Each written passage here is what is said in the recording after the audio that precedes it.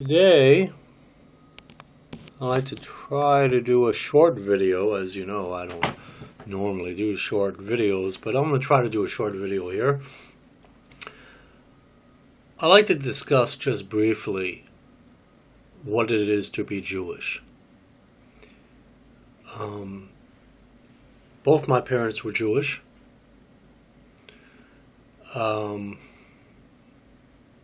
And their parents were Jewish, and so on and so forth. My original name, what happened was when my grandfather on my father's side, or my father's father, came over from Russia. He went through Romania, and I think he wound up in Russia. Yeah, he came over from Romania, went into Russia, and they had Red Guards there. Now, this is about 1905 or so. And what happened was they had a line of individuals that were being transported to America. If you could prove if you can prove that you were not Jewish, or you weren't a political threat or whatever have you to Russia at the time. So there was a line of individuals, and a couple places in front of my grandfather there was some Red Guards, and they were looking at papers, and they were looking at they were just looking at someone, or asking them questions, or questioning them, interrogating them. And if you go to the right, you went free. If you went to the left, you went either to work camps, or you were not able to leave Russia. So a couple spaces in front of my grandfather, so a gentleman said his name was Eisenberg. And he was told to go to the left. In other words, he went to the work camps, or he didn't leave Russia, because Eisenberg set off a signal of him being Jewish. So my grandfather's thinking. Now, originally my last name was Goldberg. That was my grandfather's last name on my father's side, was Goldberg. So he's throwing around in his head. He's got a minute or so to throw around in his head or so. He's thinking to himself, Goldberg, Eisenberg, Goldberg, Eisenberg, Goldberg, Eisenberg. So when it was his time to come up against the Red Guards, when they asked him his name, he blurted out. Now, I'm not going to use my real name, but I'm going to use sort of my real name. But it's very similar to my real name, last name, that is. And so the Red Guard asked him his name. And instead of saying Goldberg, and he's throwing in his mind Eisenberg, Goldberg, Eisenberg, Goldberg, and then he just throws out the word or the name Eisen. And my mother was telling me, she's, being, using her gestures and everything, telling me everything, how it happened. And the Red Guard was a bit confused there. It didn't really know Eisen. Couldn't really figure that out. Couldn't place it. So, reluctantly, but nevertheless, he told my grandfather to go right, and my grandfather was free. He went to America. He landed in Ellis Island, and he eventually worked his way down to Philadelphia, through New Jersey into Philadelphia. And that's when he met my grandmother on my mother's side, and they got married, and then they had a bunch of kids. And then, of course, my mother, and my father,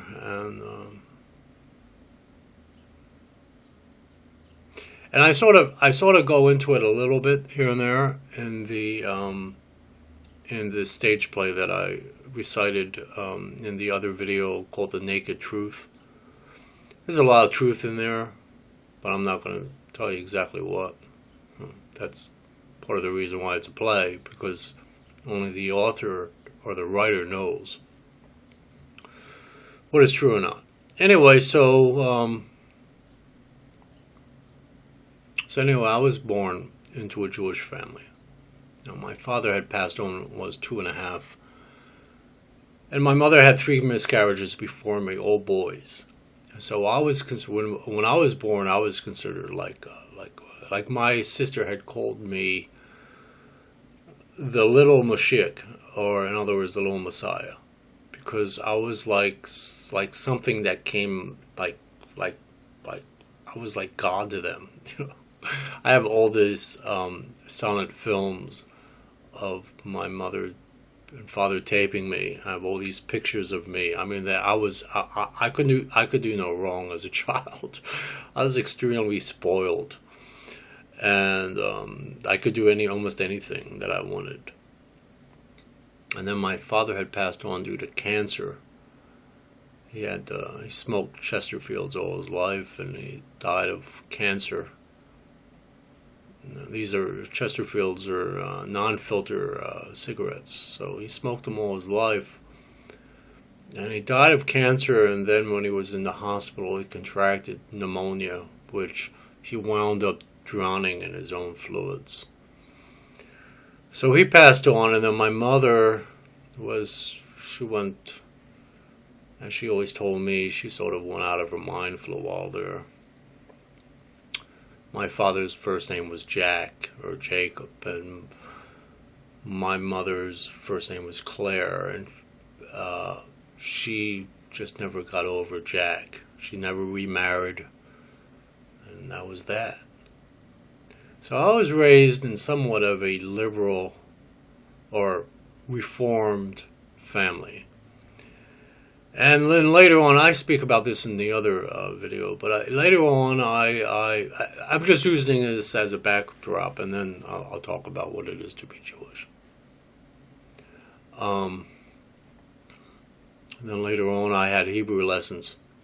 I was in the process of learning my Hebrew so I could do my prayers for the bar mitzvah, and because there were problems at home, I was distracted and a lot of problems, and so I wound up never learning my Hebrew. One of my true only regrets of my childhood is that I never had my bar mitzvah.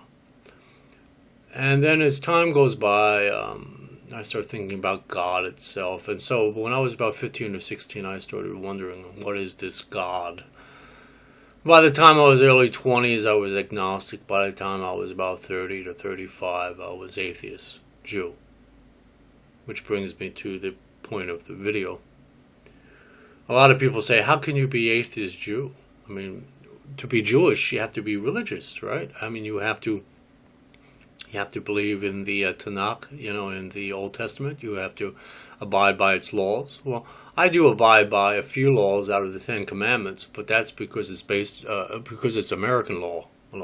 American law is somewhat based on Judaic law, actually, as well as Roman law and whatever else have you. English canon, but common law, whatever. Anyway, so, but you could be, a lot of non-Jewish people will be confused as how you can be Jewish and also atheist, or not even believe in God or Hashem. I mean, how can you do that? How's that possible? Well, and then the non-Jews will say, well, you're not a race. You're not a race of people. And then other non-Jews will say, well, you're not a nationality. Funny thing about being Jewish is we're everything. That's the beauty about a Jew. A Jew is a race, a nationality, it's a religion. So my way of saying it is, I always say the Jewish people. When I talk in terms to a non-Jewish person, I just talk about my people, because then that sort of sums everything up. I have a rabbi here in I haven't spoken to him for a while, but when I did speak to him, he knew I was atheist Jew, and he accepted me as Jewish, even though he considered me somewhat Meshuggah, meaning even my mother thought I was Meshuggah, meaning I was a little crazy because of, how can you possibly not believe in God, And, I mean, my rabbi here in Tulsa, he sends me things all the time in the email, and he sometimes sends me stuff in the mail, in the U.S. mail, and he always wants me to go to the synagogue and all that, but I'm not into that, I would go to the synagogue only to have the Jewish food, and he actually said, okay, come, have some Jewish food. That's the only thing I miss in Oklahoma. In Oklahoma, you won't find any Jewish food unless you're unless you're with a Jewish family or you're at the synagogue. You're not ever, I can promise you with my life, you will never ever find any Jewish food that's authentic or anything that is even remotely similar to how your Jewish mother cooked Jewish food when you grew up as a child. You would never ever find that in Oklahoma unless you're at a Jewish family or you're with a Jewish family or you're at a synagogue, period. There is no grocery stores. I mean, I wouldn't even touch their matzah in a box. If they sell it in a grocery store, I just wouldn't do it. And that's one of the things I miss my Jewish mother's cooking. Oh man, I love Jewish food. That's one thing I always will love. I will never ever put down in any respect. Any of it. I will eat. I will eat gefilte fish, which some Jews might not even like. I loved gefilte fish with a little either red or white horseradish, especially smeared on a piece of matzah. Oh, that's the bomb. That's the greatest thing on earth. And there, like I say, I haven't had any Jewish food since my mother passed on, and she passed on in 2000, March 2000. I like potato latkes. Like, my wife is not Jewish. She wants to make potato latkes, but they'll never taste like what my mother. I mean, my mother, I remember her, she had this old thing that she got from her own mother. This old, and I still have it, by the way. I saved some of her stuff. I saved her grinder that she would grind the fish heads with. This is an old grinder that was made in was made in Russia. This was brought over by my grandparents. An old grinder, by hand. The thing is built, you can hit someone over the head and kill somebody with it. It's so heavy. And she would grind the fish heads for whatever she was doing, like gefilte fish. She put fish heads and all kinds of grinded fish in the gefilte fish. That's why it's called gefilte fish, right? So, but yeah, she would grind. So, but the thing is, like on a potato latke, she would take the onion, and it was like a long, like this size. So like maybe, 10 inches by 12 inches, and it's all metal, and it has a handle, and she would take the onion and grate it on that into this big, heavy, thick ceramic bowl to put her eggs or whatever else she put in there.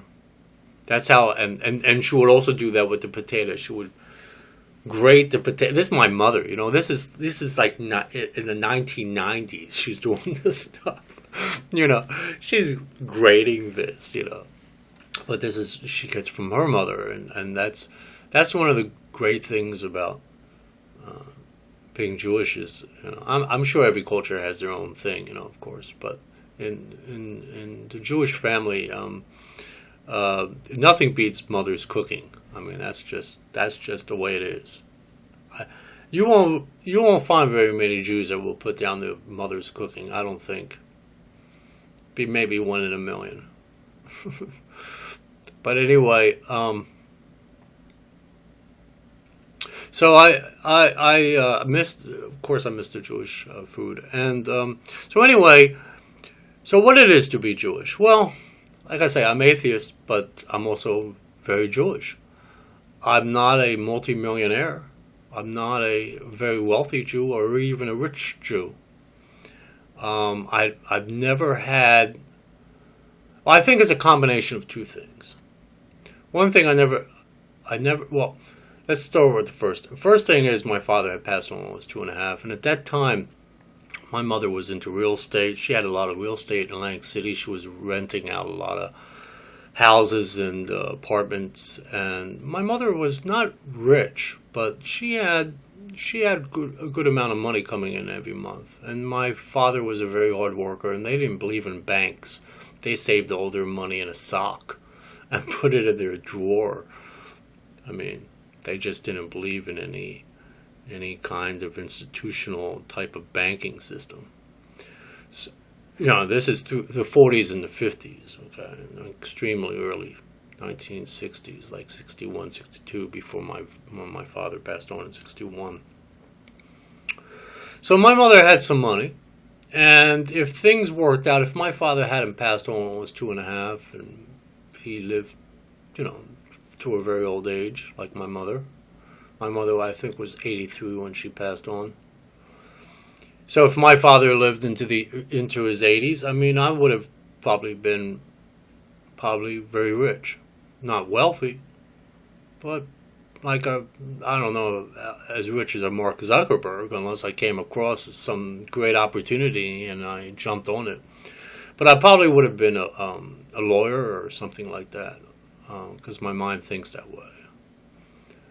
As you see, I quote a lot of law in my videos, and by the way, I want to preface that as saying I'm not a lawyer, so anything I do say or will say in the future, if you catch this video, is not advice or anything of that nature. Don't act upon anything I say unless you do your own research and believe it as fact. So I'll preface that. But anyway, so I probably would have been a lawyer or something, but I would have been, I would have probably went to Yale or Harvard or probably University of Pennsylvania, because I was born in Philly, Northeast Philly, at the Albert Einstein Hospital. So I probably have been pretty rich growing up. Probably by this time I would have been a multimillionaire. No hands, absolutely no hesitation on that. Definitely would have been that. But because of that, and then a lot of things that happened during my early years, into my early teens, into my mid-teens, or even my late teens. And the Naked Truth, the stage play, sort of speaks to that, to a large degree, let's say. And then also, later on in my life, I never had the drive or the ambition. The other side to that is I never had the drive or ambition to want to make a lot of money. I've always had sort of blue-collar kind of work, so to speak. So I never had the drive or ambition to make that money, to move up the ladder of success. I've had opportunities. I was a captain once at the Parsippany Hilton in New Jersey, a bell captain. I was a bell captain at one time. It didn't last very long because I didn't have the ambition, didn't have the drive. So I wound up going back to being just a banquet waiter. I was not a bell captain. I was a banquet captain. Excuse me. I didn't do any bell work until years later. But I've always had these humdrum types of jobs because I've never had the ambition or drive. And there are a few thousand Jews like me, especially the Jews that are in Israel. I mean, I'm sure the Jews in Israel are cooks and blue-collar workers, I mean, there's other non-Jews in Israel, of course, but to do other work there, of course. But I'm sure there's a lot of blue-collar workers in Israel that are Jewish. So There's nothing really wrong with being a blue-collar worker Jewish in 2015. But anyway, so I prefaced that with my own life. Now, what it is to be Jewish is, well, if you look at our history, I mean, we started with the whole concept. I mean, there were always gods all over the place, but Abraham came up with this concept. To me, he created this concept in his own mind, and then others follow him. Of course, the religious Jews would say it came from God, but that's, I'm not religious. I don't believe in God. So, but still the same thing. I mean, Abraham was the one that began the process of monotheism, one God. And we had King David, which was an actual king that had actually sovereign territory under him. So we have a long history of being in power, being very wealthy.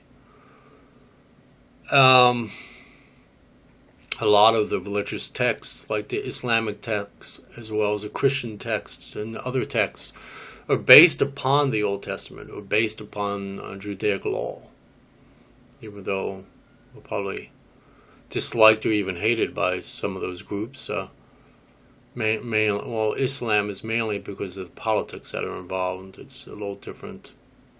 And then, of course, the religious aspect comes into it because just as a tool to create havoc. But for a very long time before the State of Israel, I talked about that in the Jewish Arab history video. Very long time, Muslims and Jews got along. They lived side by side with no problem. They had some little problems here and there, but nothing on a massive scale. Because they were religious and each other, or one another, they had respected each other.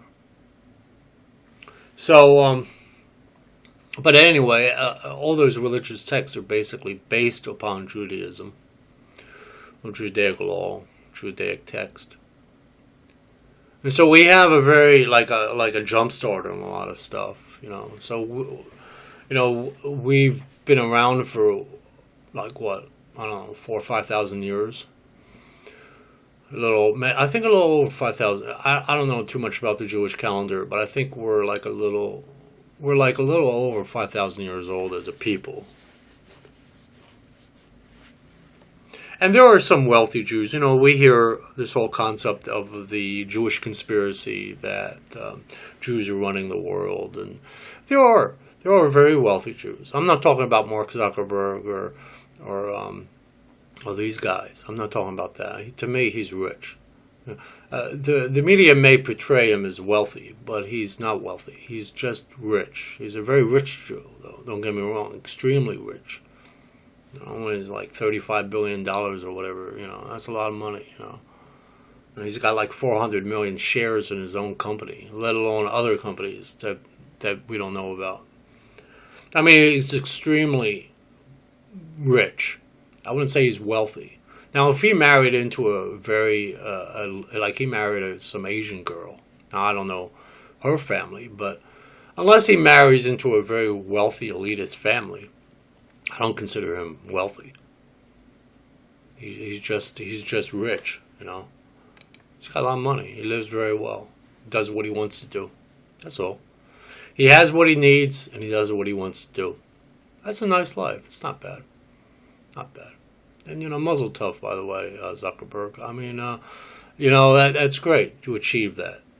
And I'm sure you have your own enemies that would love to dismantle your quote-unquote empire. But, my hat's off to you. You had the drive, the ambition.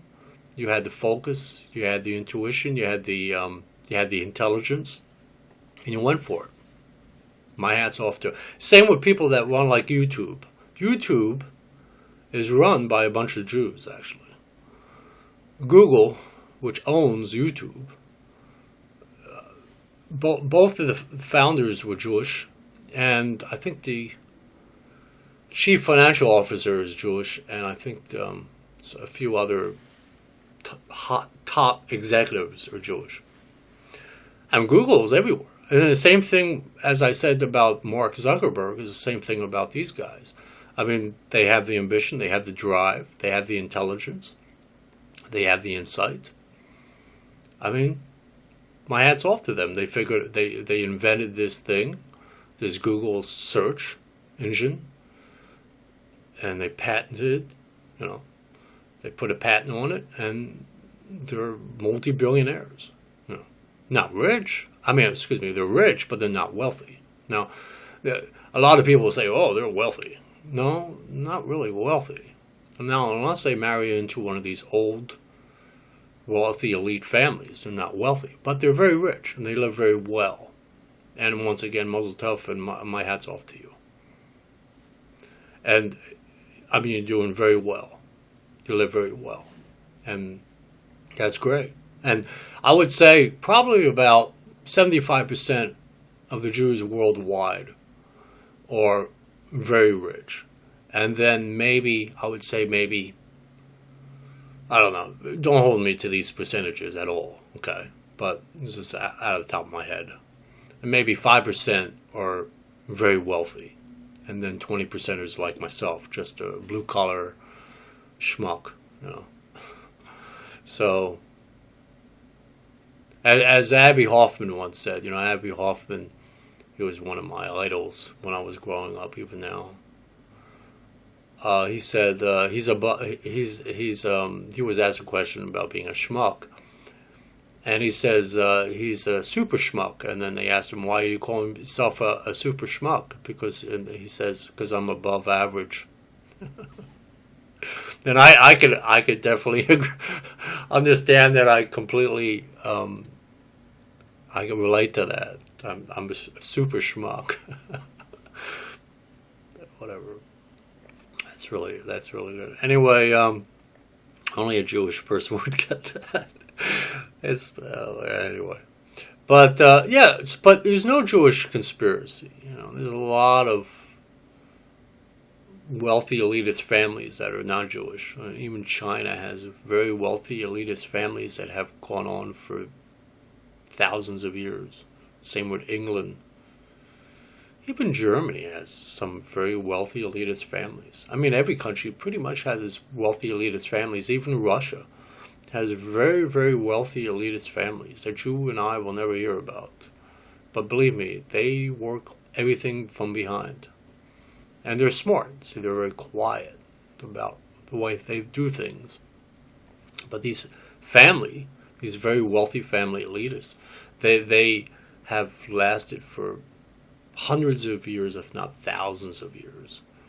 I talk about that in my other New World Order Part 2 Commonwealth of Nations video. So being Jewish is someone that very strategic in their thinking. I'm very strategic. In everything I do, it doesn't appear like I am. It comes across like I'm stupid or naive, or I'm not saying I'm, genius intelligence. I don't have genius intelligence.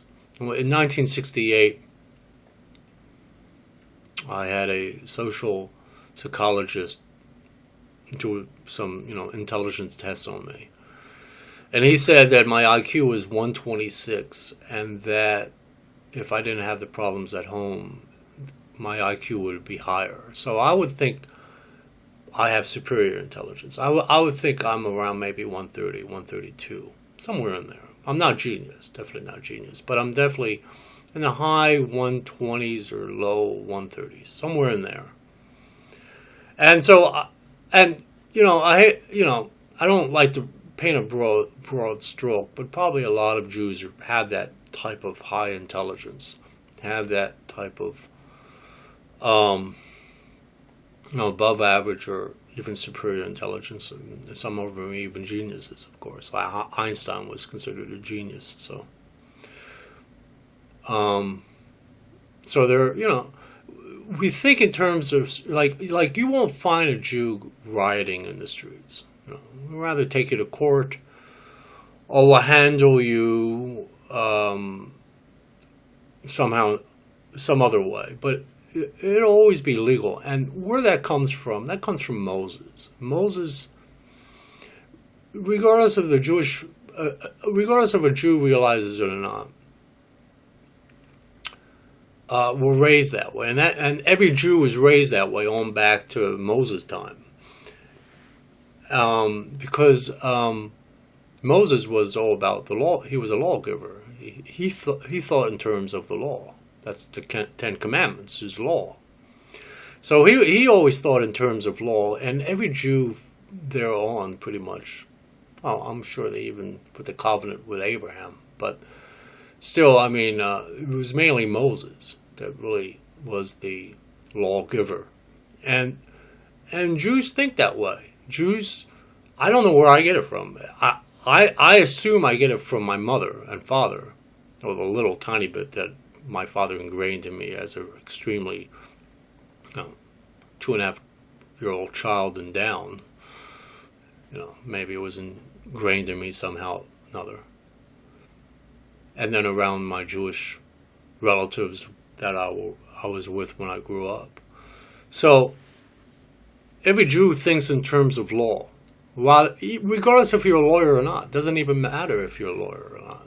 You don't have to be a Jewish lawyer to have this intact in the brain, or in the mind, I should say.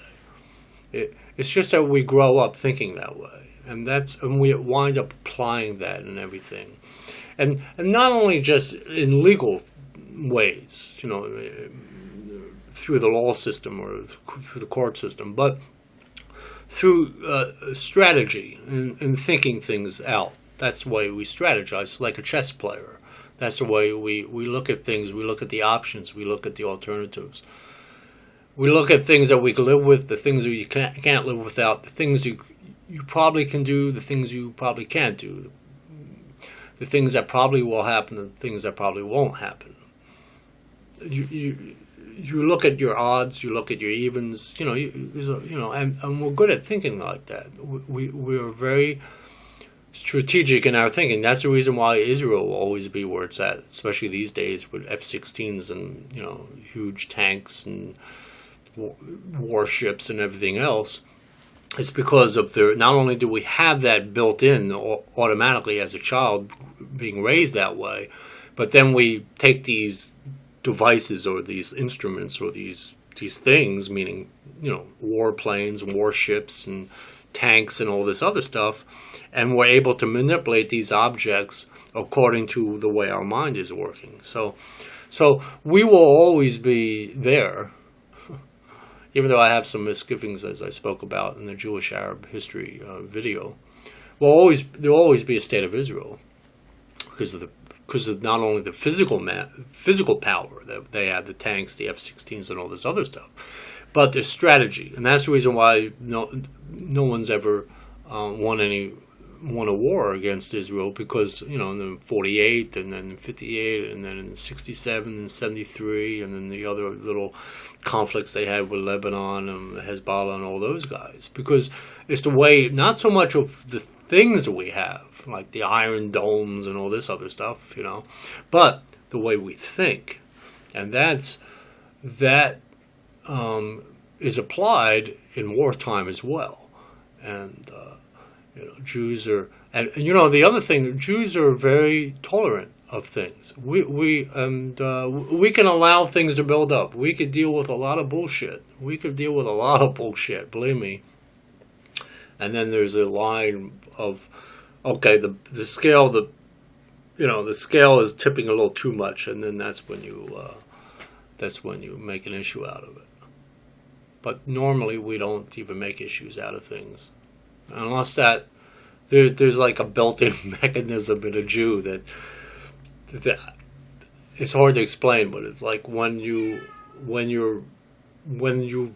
like I always say, and every Jew will say this, enough is enough. When you get to that point where it's enough is enough, that's when you take action. And when I say action, if you hear that's my cat in the back, Kiki. She hounds at this time. I don't know why. She's probably getting hungry. Anyway, but when enough is enough, we take action, and not in terms of riots and all that crap, but we take it in legal form. 99 out of 100 times, we will take it legally. I mean, you might have one screwy Jew out there that does something stupid, riots or whatever, or does a protest that gets arrested or whatever. But that's like, one in a million. It's very on the very low scale, because Jews rather be just left alone, live a quiet life and not and be left alone. And I'm not saying that there aren't Jews that operate behind closed doors, especially in politics, that can wind up getting a lot of things done, regardless if it's best, like in America, unless it's best for the republic or not. It can be done not in the greatest way because of the powers that be. And there have been, there's of course, there's crafty Jews. There's ones that, are somewhat up to no good. But for the most part, Jews mean well. They do mean well. Even Zuckerberg. Like Zuckerberg. Look at Mark. I mean, he's got all this money, right? He had people file lawsuits against him saying that he wasn't the originator of Facebook.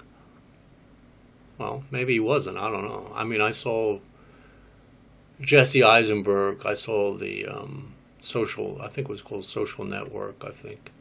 The movie.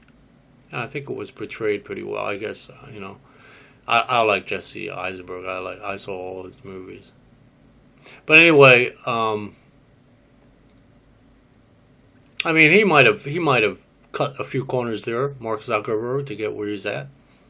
But apparently he was intelligent enough not to continue on, to continue on with the Facebook. Even like when he went public with Facebook a year, about 2-3 years ago, or whatever.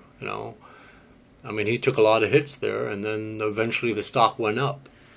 He was able to maneuver himself. I think he got some Morgan backing there, and he was eventually moved up. So he didn't go, getting pissed off and go into the streets and sort of riot or something. He didn't do any of that. He just waited out his time and try to maneuver himself and intelligently around circles, and eventually now his stock is going up. I think his stock is like, I don't know what it is, $85 a share or some crap. I don't know, something like that. I don't play the stock market. I don't know. I don't do lotteries. I never done lotteries. I'm not a gambling type. I don't go casinos. I don't do lotteries. I don't do stocks. It's just not me. But anyway, so the main thing is, if you take anything away from this video, because it's going on, unfortunately, again, a little longer than I wanted, is that Jewish people are very strategic in their thinking. And we have a long history that goes back to Abraham, to Moses especially. When I think of myself as a Jew, I can relate more to Moses than I can to Abraham. Though Abraham I see as my ultimate father figure, as far as being a Jew. But Moses to me is like, he was into law and all that stuff, so I admire that, I adore that. Even though I'm not religious. See, that's the thing a non-Jew probably could not understand. How can you be an atheist and still admire and adore Moses, or let alone Abraham? Well, I do. I really do. I love Moses. I think Moses was one of the greatest figures in history. I mean, he was spot on. I mean, I know you were going to say, yeah, but you're atheist. How could you say that? Only another Jew could understand what I'm saying. And usually I don't. This has been my first and only Jewish little video, because usually, like, like if Jewish people see this video, they'll understand it. But if a non-Jew sees this video, they'll be probably even more confused than they were when they first before they even began to watch the damn thing. They're going to be probably even more confused than they were in the beginning, unfortunately. And I don't mean that. It's just Jewish people are complex people. We're a nationality, we're a race, we're a religion. Like that's why I say we're people, and we went through a lot of atrocities in our past, Hitler and Russia, everywhere. I mean, God, exile everywhere. No, I mean we've been through a lot of shit, and yet we've been able to still remain on earth as a people. You know, I mean, when I meet a fellow Jew, and for the most part, I know a Jew. I'm gonna end on this. This is a perfect example. I work with a gentleman. He's from Ethiopia. Now this is absolutely perfect example. I work with a gentleman. He's from Ethiopia.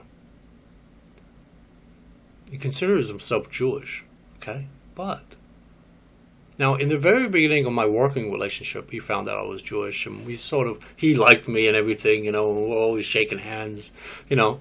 And then I inquired into him being Jewish. Because there are some Jewish Ethiopians, you know. If your mother and father is Jewish, I guess you're Jewish, okay. But anyway, so I inquire into him being Jewish, and then he tells me he believes in Christ. Then I delve in and try, and I say, well, you know, Jewish people don't believe in Christ. I mean, to me, if you believe in Christ, you're either going through some kind of self-discovery process, or you're just mixed up, or whatever the hell have you. But Jews don't believe in Christ. And he says, oh yes. I says, no, well, I said, you know, Jesus is Jewish, and actually was raised as a Jew, and he lived as a Jew, and he died as a Jew, actually. Regardless of what Constantine and all those other characters, the Council of the Nicaea, or whatever the hell that was called. There's some kind of council. Anyway, you know, what, you know, Paul or one of those other characters created him to be. But he was just a Jewish guy, you know. And I'm trying to explain this to him. He says, no. You have to believe in Jesus as a Jew. And now it's like, you know, we get along because we have to work with each other. But he's not Jewish. Then I have this other guy I'm working with. I won't say their names. But I work with this other guy. Now, he takes Friday off because he observes the Sabbath. Okay? But yet, he's, for one thing, and the other guy, his parents were Jewish either. And this guy also, his parents aren't Jewish.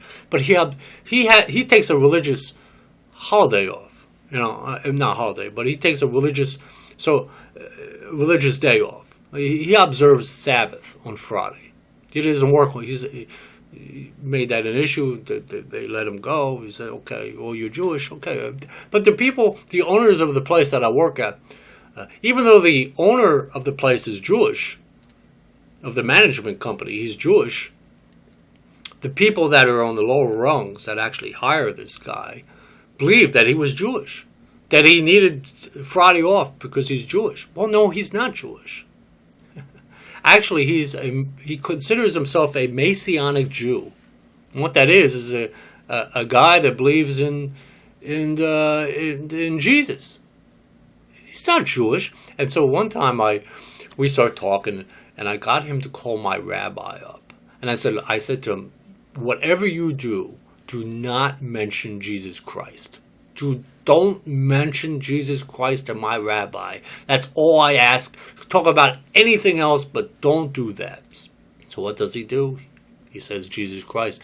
And the rabbi did not want to hear it. Pretty much hung up on him. I mean, just didn't want to hear it. Because he knew automatically this guy was not Jewish. Automatically. Now, I'll use another example. I once worked as a teacher's assistant. I won't say where.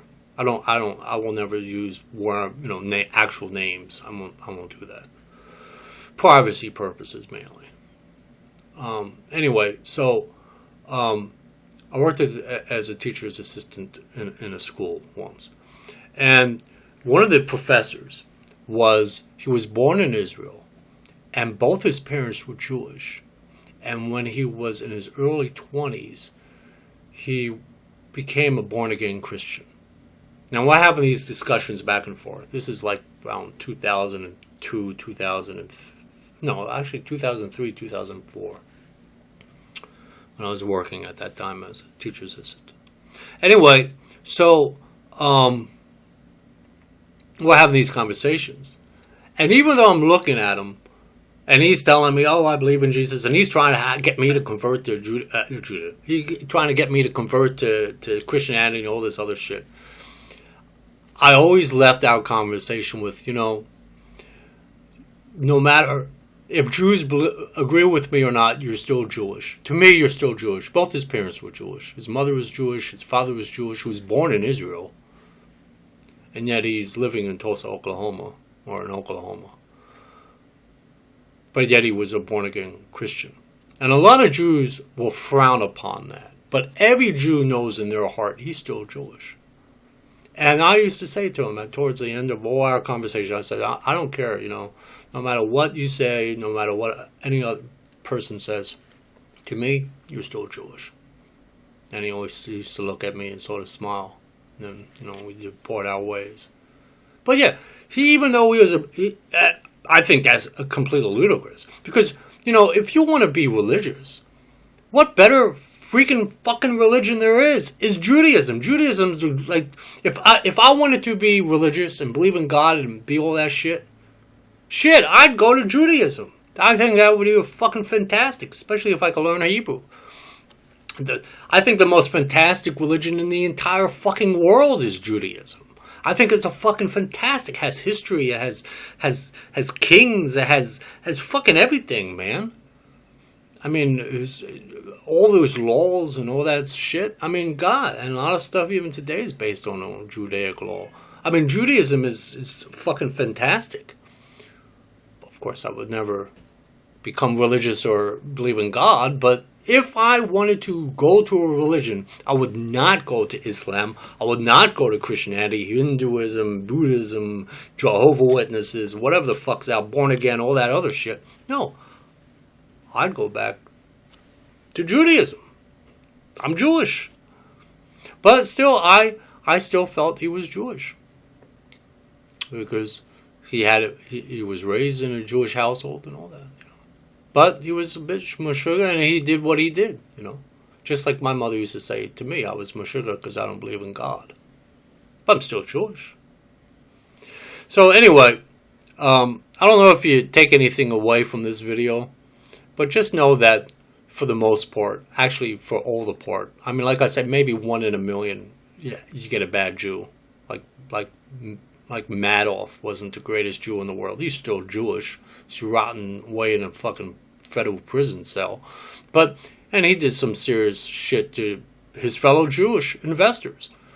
And part of the reason why he's sort of smart enough, he's still Jewish, he's quiet, he walked away from it, regardless if it's for his own selfish reasons or not. He didn't want, okay, I'll keep my mouth shut, I'm going away. You won't hear anything, I'll die in prison. It's true. That tells you what kind of Jew he is. He's still Jewish, So, even though you have one bad apple in the bunch, he's still Jewish, And,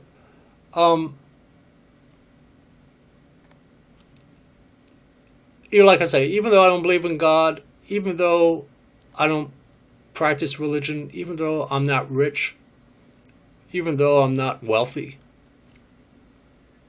I'm still Jewish. You know, even though I don't believe in, even though I don't go to the synagogue, even though haven't spoken to my rabbi in a few years, several years actually. About 2005, I think I last talked to him. I don't know, somewhere in there. I'm still Jewish, and I'm a very proud Jew. In certain circles, I won't tell that I'm Jewish, only because I want to live through that. Oh, you know, in Oklahoma, you want to be careful about certain people you tell, because you might not live past that 1 hour there. But because there are a lot of racists, a lot of real serious biased people in Oklahoma, especially. I was a little bit more open in, actually I was very open in New Jersey, very open in Philadelphia, and New York City. But in Oklahoma, you got to be careful. You know, just do, because unless you get to know the person you're with, then you tell them you're Jewish. But until then, I say, yeah. Like my mother used to say, if you're unsure, or you're not, you know, you're hesitant about someone or something, just say, yeah, you're mixed. So I used to say, I'll tell them like I'm Russian or Romanian or something to completely fucking baffle their brains or something. Oh, Romanian and Italian or something, you know. Just you know. But I know in my own head who I am. But just so I could live through that, past that time there with whoever. And if I get to know that person, then I tell them I'm Jewish. But anyway, so, but yeah, it's like I say, even though I'm not wealthy or rich, it's you're still Jewish. And a lot of non-Jews can't really quite understand that, because most, if not all, non-Jews think Jews are these greedy, wealthy, rich assholes. Conniving, crafty, sneaky, two-faced cockroaches. That's, well, unfortunately, a majority of non-Jews think that way. Until they get to know you, and then they see you, oh, he's a pretty good guy. Yeah. So anyway, that is my video about being Jewish. Have a good day.